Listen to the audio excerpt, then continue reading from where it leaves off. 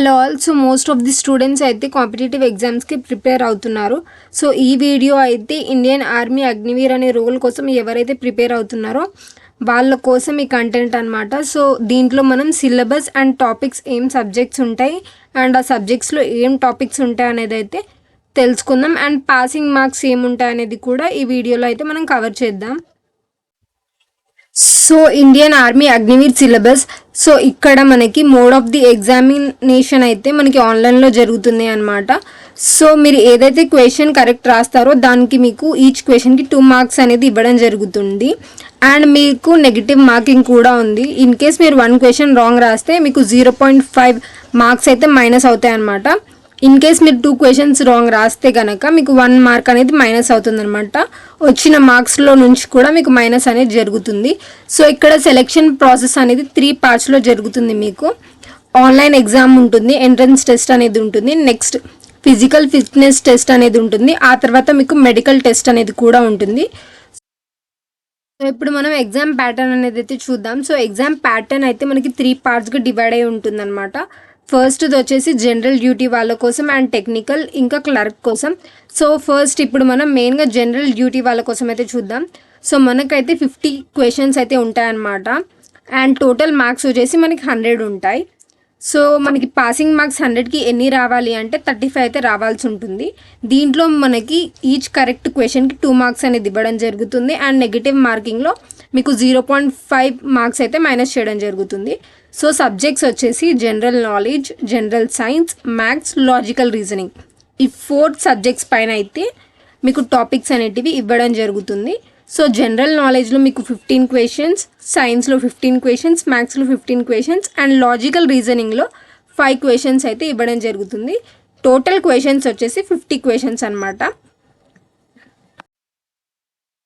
Each question carries 2 marks అనమాట. So negative marking ఉంది కాబట్టి మీరైతే అయిన అన్ని క్వశ్చన్స్ అయితే మీరు అటెంప్ట్ చేయండి. మీకు అవైలబుల్గా ఉన్న టైంలోనే మీరు ప్రతి ఒక్క క్వశ్చన్ అయితే అటెంప్ట్ చేయాలి.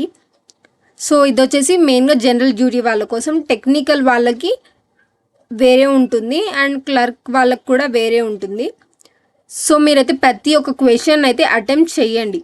సో ఇక్కడ టెక్నికల్ వాళ్ళకి చూసుకుంటే వాళ్ళకైతే 200 మార్క్స్కి ఉంటుందన్నమాట ఎగ్జామ్ అనేది. అండ్ క్వశ్చన్స్ వచ్చేసి ఓన్లీ 50 ఉంటాయి, బట్ మీకు మార్క్స్ అనేటివి 200కి ఉంటాయన్నమాట. సో అండ్ మీకు పాసింగ్ మార్క్స్ ఎన్ని రావాలి అంటే మీకు 80 మార్క్స్ అనేది రావాల్సి ఉంటుంది. మీకు ఈచ్ క్వశ్చన్కి వచ్చేసి 4 మార్క్స్ అనేది అయితే క్యారీ అవుతాయి అన్నమాట. నెగిటివ్ మార్కింగ్ వచ్చేసి 1 మార్క్ అనేది మైనస్ చేస్తారు. ఇన్ కేస్ మీరు 1 ఆన్సర్ రాంగ్ రాస్తే మీకు 1 మార్క్ అనేది మైనస్ చేయడం జరుగుతుంది. ఓకే, సో ఇక్కడ మీకు ఉన్న సబ్జెక్ట్స్ ఏంటి అంటే general knowledge, maths, physics and chemistry. So general నాలెడ్జ్లో మీకు 10 క్వశ్చన్స్ ఉంటాయి, మ్యాథ్స్లో 15, ఫిజిక్స్లో 15 అండ్ కెమిస్ట్రీలో 10. సో మీకు ఒక్క క్వశ్చన్కి 4 మార్క్స్ అనేటివి ఉంటాయి కాబట్టి మీకు ఫస్ట్ దాంట్లో 40 and next 60, 60, 40. So total marks వచ్చేసి మీకు 200 మార్క్స్ అయితే ఉంటాయన్నమాట.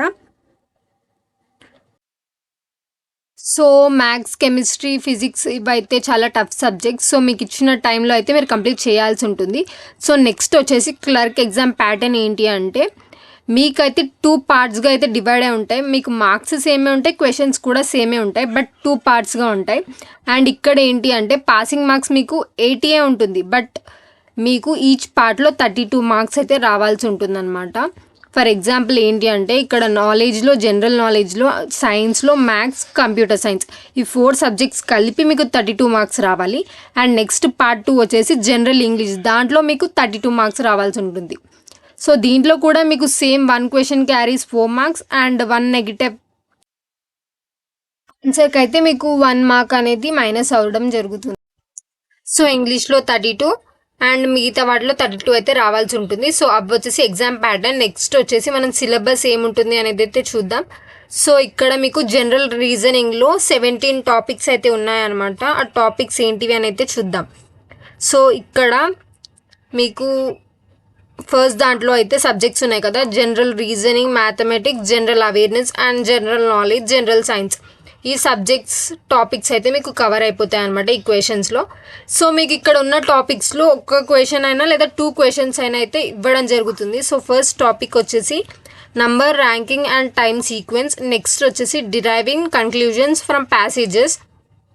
Next one logical sequence of words. Fourth వచ్చేసి alphabet test series, arithmetic reasoning, situation reaction test, coding, decoding, direction sense test, analogy, data sufficiency, clocks and calendars. So ఇవన్నీ అయితే మనకి general రీజనింగ్లోనే ఉంటాయి. So mostly మీరు చేయాల్సింది ఏంటి అంటే ఓల్డ్ మోడల్ పేపర్స్ని మీరైతే ఆన్సర్స్ చేయాల్సి ఉంటుంది. మీరు ఎన్ని ఓల్డ్ మోడల్ పేపర్స్ని ప్యాటర్న్స్ని అయితే ఆన్సర్ చేస్తారో మీకు అంత అవేర్నెస్ అనేది వస్తుందన్నమాట. ఏ క్వశ్చన్ ఎలా ఉంటుంది, ఎలా ఆన్సర్ చేయాలి అనేది మీకైతే ఐడియా అయితే క్లియర్గా వస్తుంది. సో 12th టాపిక్ వచ్చేసి statement conclusions, logical Venn diagrams, statement arguments, inserting the missing characters, puzzles, alpha numeric sequence puzzle. So ఈ 17 టాపిక్స్ నుంచి అయితే మీకు క్వశ్చన్స్ అనేవి వస్తాయి. మీకు మోస్ట్లీ 1 or 2 క్వశ్చన్స్ అయితే వస్తాయన్నమాట ఒక్కొక్క టాపిక్ నుంచి. సో మీరు ఎన్ని ప్యాటర్న్ పేపర్స్ అయితే ప్రిపేర్ అవుతే అంత బెనిఫిట్ అనేది ఉంటుందన్నమాట. సో దానికైతే మీకు టెక్స్ట్ బుక్ అనే ఒక యాప్ అయితే ఉంది. దాని త్రూ మీరైతే ప్రిపేర్ అవ్వచ్చు. దాంట్లో మీకు క్వశ్చన్స్ అనేటివి ఉంటాయి, ఇలాంటి ఎంసీక్యూ క్వశ్చన్స్ అనేటివి ఉంటాయి అగ్నివీర్వి. సో అదైతే మీకు ఫ్రీ ఆఫ్ కాస్టే ఉంటుంది. దాంట్లో మీరు ఆన్సర్ చేస్తే మీకు ఎక్స్పీరియన్స్ అనేది వస్తుంది ఎగ్జామ్లో ఎలాంటి క్వశ్చన్స్ వస్తాయి అనేది.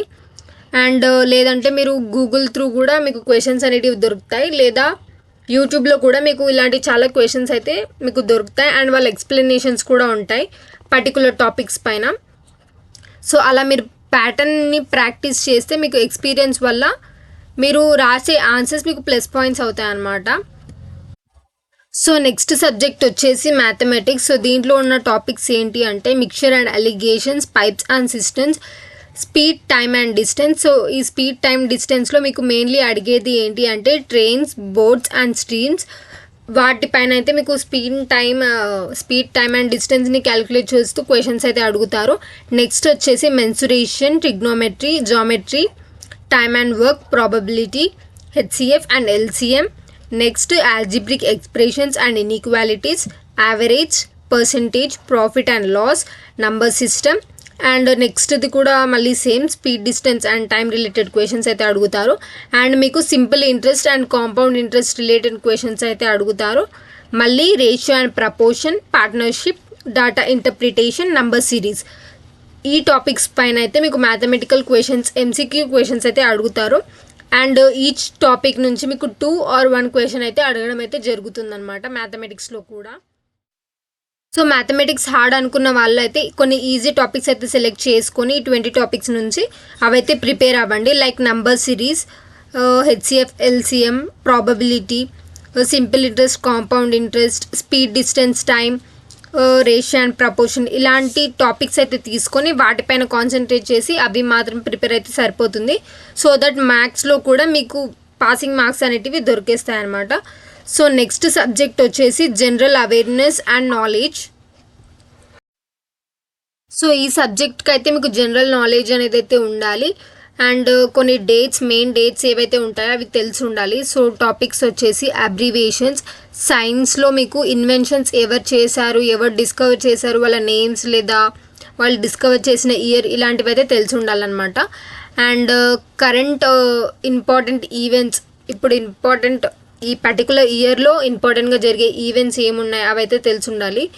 అండ్ ఇక్కడ కరెంట్ అఫైర్స్ అనేది ఉండాలి. నేషనల్స్ అండ్ ఇంటర్నేషనల్ లెవెల్లో కూడా మీకు తెలిసి ఉండాలి కరెంట్ అఫైర్స్.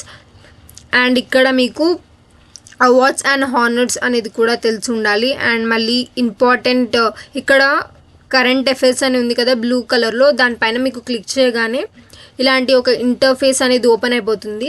ఇన్ కేస్ మీరు ప్రజెంట్ జరిగే కరెంట్ అఫైర్స్ గురించి తెలుసుకోవాలి అనుకుంటే ఈ వెబ్సైట్ ఓపెన్ చేసి అయితే చెక్ చేసుకోవచ్చు. దాంట్లో మీకు కరెంట్ ఏ అఫైర్స్ అయితే జరుగుతున్నాయి అనేది అయితే తెలుస్తుంది. గవర్నమెంట్లో నేషనల్ లెవెల్లో అండ్ ఇంటర్నేషనల్ లెవెల్లో మీకైతే ఐడియా అనేది వస్తుంది. So important financial, economic news, banking news, Indian constitution, books and authors. So A books A authors రాశారు అనేది కూడా తెలిసి ఉండాలి little bit. So important days అనేటివి ఉండాలి అండ్ హిస్టరీ. సో వీటి కోసం అయితే మీరు ఈ వెబ్సైట్ అనేది ఓపెన్ చేసి వాటి రిలేటెడ్ కొన్ని క్వశ్చన్స్ అయితే తెలుసుకోండి. సో నెక్స్ట్ వచ్చేసి sports terminology, Geography, solar system, Indian states and Capitals. So ఇవైతే నేర్చుకోండి 16th topic. And 17th topic వచ్చేసి కంట్రీస్ అండ్ కరెన్సీస్. ఏ కంట్రీలో ఏ కరెన్సీ యూజ్ చేస్తారనే టాపిక్ పైన కూడా మీకు క్వశ్చన్స్ అనేటివి ఉంటాయి. నెక్స్ట్ వచ్చేసి మనకి జనరల్ సైన్స్లో మీకు బయాలజీ, కెమిస్ట్రీ, ఫిజిక్స్ ఉంటుంది కదా. సో మీకు 10th క్లాస్లో ఏవైతే క్వశ్చన్స్ ఉంటాయో ఆ లెవెల్ క్వశ్చన్సే ఇక్కడ కూడా అడగడం జరుగుతుంది. అండ్ ఇంటర్లో కూడా ఏ క్వశ్చన్స్ అయితే ఉంటాయో అలాంటి క్వశ్చన్సే మీకు అడగడం అయితే జరుగుతుందన్నమాట. సో ఇక్కడ మీకు అగ్నివీర్ రిలేటెడ్ ఇంకేమైనా న్యూస్ తెలుసుకోవాలి అనుకుంటే లైక్ శాలరీ ప్యాకేజెస్ ఎంత ఉంటాయి, ఏజ్ లిమిట్ ఎంత ఉండాలి, and Indian air force Agniveer syllabus ఏంటి అనేది ఇక్కడ ఈ వెబ్సైట్లో మీరు ఇది క్లిక్ చేసి చెక్ చేసుకోవచ్చు అనమాట. ఈ వెబ్సైట్ అనేది డిస్క్రిప్షన్లో ప్రొవైడ్ చేస్తాను. సో ఓపెన్ చేసి ఒకసారి అయితే చూడండి ఇంట్రెస్ట్ ఉన్న వాళ్ళు. సో వీడియో ఇన్ఫర్మేటివ్గా అనిపించిన వాళ్ళు వీడియోని లైక్ చేసి ఛానల్ని సబ్స్క్రైబ్ చేసుకోండి. సో ఎవరైతే అగ్నివీర్ ఎగ్జామ్స్ కోసం అయితే ప్రిపేర్ అవుతున్నారో వాళ్ళందరికీ ఆల్ ది బెస్ట్. బాగా రాయండి.